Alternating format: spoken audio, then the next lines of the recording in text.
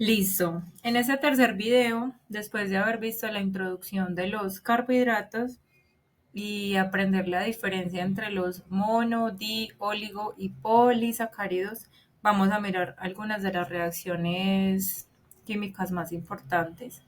En este caso vamos a empezar por hidrólisis. Resulta que la hidrólisis es un proceso muy importante para la transformación de materias primas tanto agroindustriales como en maderas, en pretratamientos o en tratamientos. Es un proceso que nos ayuda a obtener productos de alto valor mediante, en este caso, la fractura de los polisacáridos para liberar los azúcares fermentables. Hidrólisis no es un concepto nuevo, creo que lo he repetido en muchas ocasiones en el curso. Sin embargo, para este caso, ya sabemos que es el rompimiento de un enlace covalente, pero para el contexto de los carbohidratos, ese enlace covalente que se rompe se convierte en el enlace, bueno, se convierte no, es el enlace glicosídico. ¿Quién hace la hidrólisis? La molécula de agua. Ella rompe el enlace covalente, pero se puede propiciar en medios ácidos o en presencia de enzimas para que la hidrólisis sea más efectiva y pueda suceder de una forma más rápida.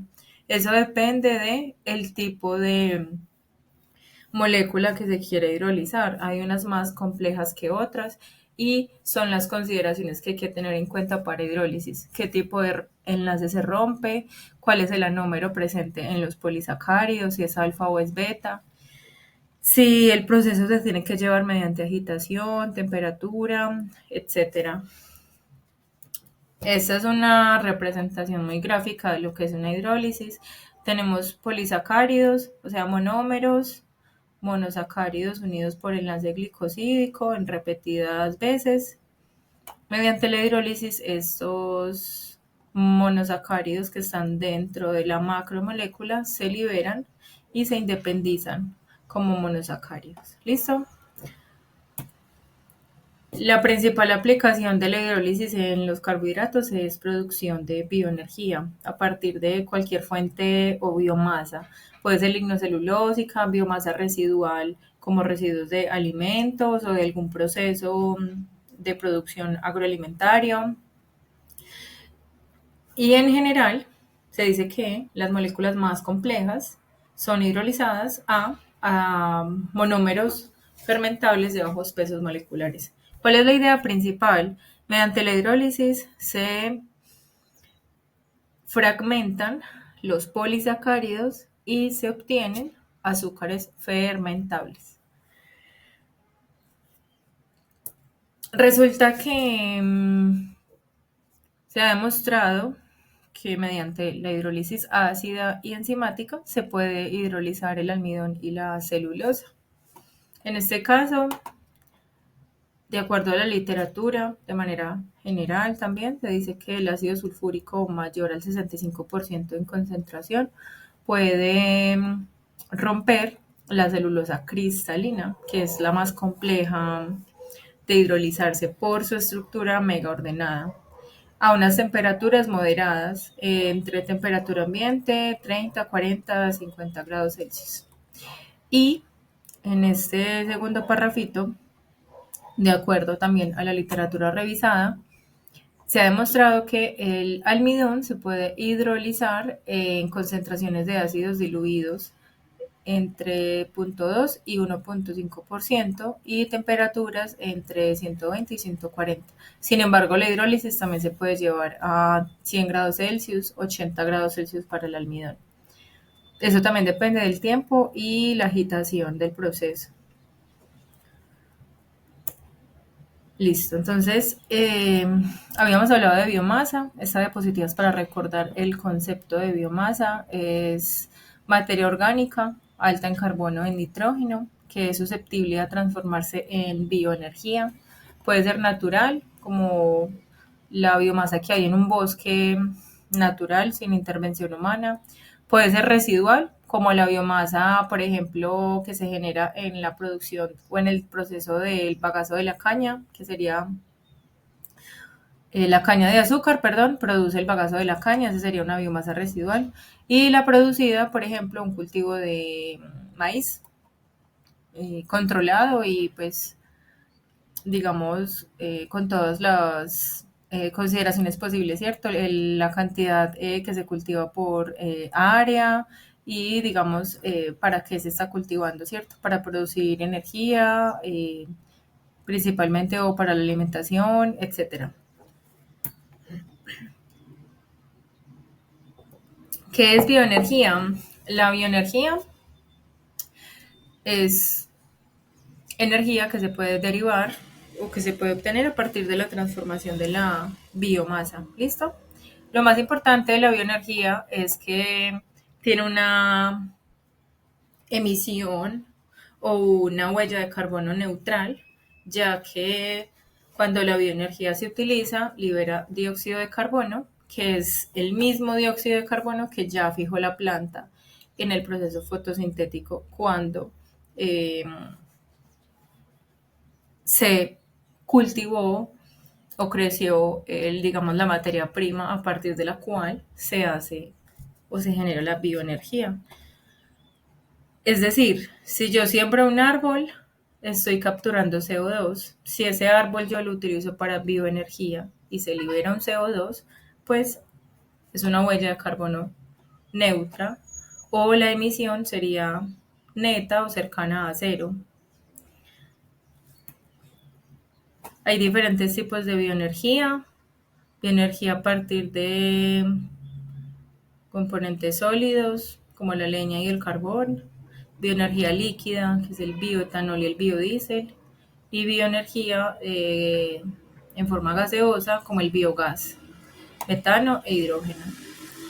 En este caso, a partir de los carbohidratos se puede obtener bioenergía líquida, específicamente el bioetanol. Entonces, a partir de los carbohidratos simples, como los mono, di y oligosacáridos, es posible obtener el bioetanol. Entonces, estos azúcares son los azúcares fermentables. Se dice que a partir de una fuente de azúcar es posible fermentarlos y obtener bioenergía. Esta sería la diapositiva clave a partir de la cual se puede obtener este bioetanol. Entonces, tendríamos biomasa rica en azúcar, que es un carbohidrato simple, biomasa rica en almidón y en celulosa, que sería carbohidratos complejos. La biomasa que es rica en azúcar entra directo al proceso de fermentación y la biomasa rica en almidón y en celulosa debe de tener un pretratamiento, que en este caso es la reacción de la que estamos hablando, que sería hidrólisis ácida o enzimática, para liberar los azúcares fermentables, ¿cierto? Recordemos que los azúcares en presencia de la levadura, en ausencia de oxígeno, pueden producir, o más bien, la levadura en el proceso de respiración, recordemos que la levadura es un hongo, cuando se consume los azúcares, produce directamente, bueno, no directamente, produce como en la etapa final alcohol etílico en solución y dióxido de carbono. Esta sería la reacción clave. Estos son los azúcares que son los que necesitamos, los podemos obtener directamente en estas biomasas, las frutas, el jugo de la caña o los residuos de alimentos, o los podemos obtener a partir de los polisacáridos, en este caso el almidón y en este caso a partir de la celulosa. Este es un esquema general de cómo se produce el bioetanol. Primero entra la biomasa, en este caso en forma de almidón o para el ejemplo lignocelulósica. Se hace un pretratamiento y estas moléculas se liberan, en este caso los polisacáridos, la celulosa. A esta se le hace un tratamiento enzimático para degradar los polisacáridos y liberar los azúcares. La hemicelulosa también representa una fuente susceptible a transformarse en azúcares. Acuérdense que la hemicelulosa tiene 5 azúcares en su estructura polimérica. Las enzimas degradan estos polímeros y se liberan los azúcares, entre ellos la galactosa, la arabinosa, la glucosa, la manosa. Estos azúcares entran a un proceso de fermentación, se produce el alcohol etílico en solución y lo que procede en el proceso posterior a la fermentación, que sería destilar y purificar el alcohol etílico.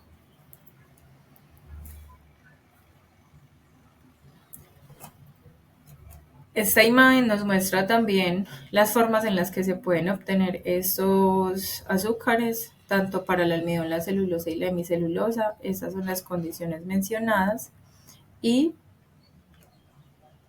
tenemos la macromolécula, que en este caso es starch, que es almidón. Ella se hidroliza a unos oligosacáridos y posteriormente, con el uso de otra enzima, en este caso la glucoamilasa, se liberan directamente estos azúcares. Hay varias aplicaciones, les voy a mostrar algunas a partir de, bueno, hay antecedentes, digamos, se dice que una fuente con mucho potencial energético son los residuos de los cultivos agroindustriales. Los más representativos o algunos de los que trabajaron en el artículo fueron las hojas de los plátanos, el bagazo de la caña y la cascarilla o la mazorca del cacao, ¿sí? El área plantada de las materias primas o de estas agroindustrias tan fuertes en Colombia son estas que están acá y eh, acá se muestra en la tabla pues el tipo de residuo que genera. El artículo logró caracterizar los residuos y proponer ideas para una mejor transformación de estos.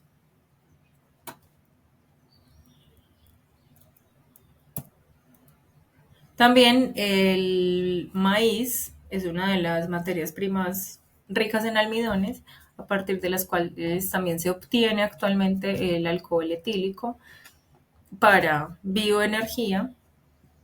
Y digamos que en este caso recordemos que el alcohol etílico para bioenergía tiene que estar al 99% en concentración para que se pueda utilizar como biocombustible. El artículo logró decirnos o logró hacer un tratamiento con líquidos iónicos para mejorar el rendimiento en el proceso de la producción de bioetanol. En este caso se logró remover el 91% de celulosa y el 93% de la lignina, que es un componente que tiene que ser extraído antes del proceso de la producción de bioetanol. En este artículo, que también es muy interesante, nos muestra cómo se pueden obtener también los mismos azúcares a partir de una biomasa más compleja, en este caso no el almidón del maíz, sino la celulosa del bambú. Se le hace un pretratamiento para extraer la propia celulosa y esta celulosa se hidroliza a la glucosa y posteriormente se hace la transformación a etanol. El artículo se trata sobre optimizar el proceso utilizando diferentes condiciones de temperatura, pH y tiempo, y se logró eh, obtener la mejor eficiencia de la hidrólisis a 36 grados Celsius, un pH de 5 y un tiempo de 72 horas. En este caso, este artículo se hizo en el contexto de biorefinería para mejorar el uso y optimizar el uso de la biomasa. También tenemos un artículo en este caso que nos muestra cómo se hace el mismo proceso con el algodón, utilizando ácidos concentrados. Se demuestra que más del 60% en ácido sulfúrico mejora el porcentaje de la hidrólisis para liberar los azúcares de este producto. También tenemos aplicaciones como la sacarificación de la madera y es básicamente por la palabra sacarificación, nos dice obtener azúcares a partir de esa materia prima. La madera tiene dos fuentes ricas en azúcares, en este caso polimerizados, como la celulosa y la hemicelulosa. La hemicelulosa se fractura a los silanos y a partir de este se puede tener o se pueden encontrar y liberar estos otros azúcares: arabinosa, glucosa, galactosa y glucuronato.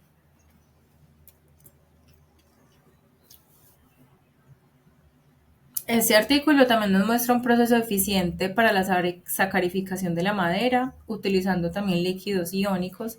Digamos que el proceso de la hidrólisis es muy común, no es algo nuevo. Lo que se hace actualmente es buscar las formas en las que se puede mejorar la hidrólisis y obtener mejores rendimientos.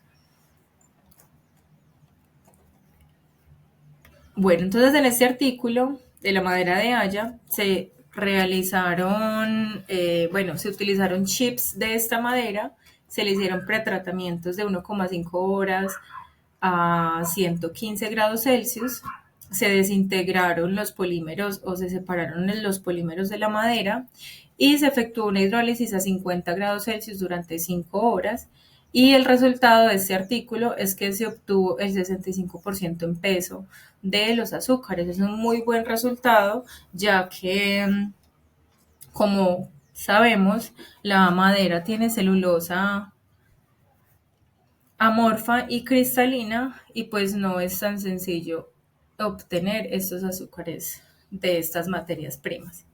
También se hidrolizaron, por supuesto, los azúcares de la hemicelulosa, los que contienen glucosa, silosa, manosa, los podemos ver aquí. Y se dice que se obtuvo el 58,4% en peso de estos azúcares. La celulosa del árbol se transformó en celuliosa y en glucosa hasta un 70% en porcentaje de masa. Entonces, en este caso son resultados interesantes, a partir de los cuales podemos ver que es posible sacarificar la madera. Hay que tener en cuenta aspectos de tiempo, temperatura, agitación, y también la forma en la que la materia prima puede ser transformada, ¿cierto?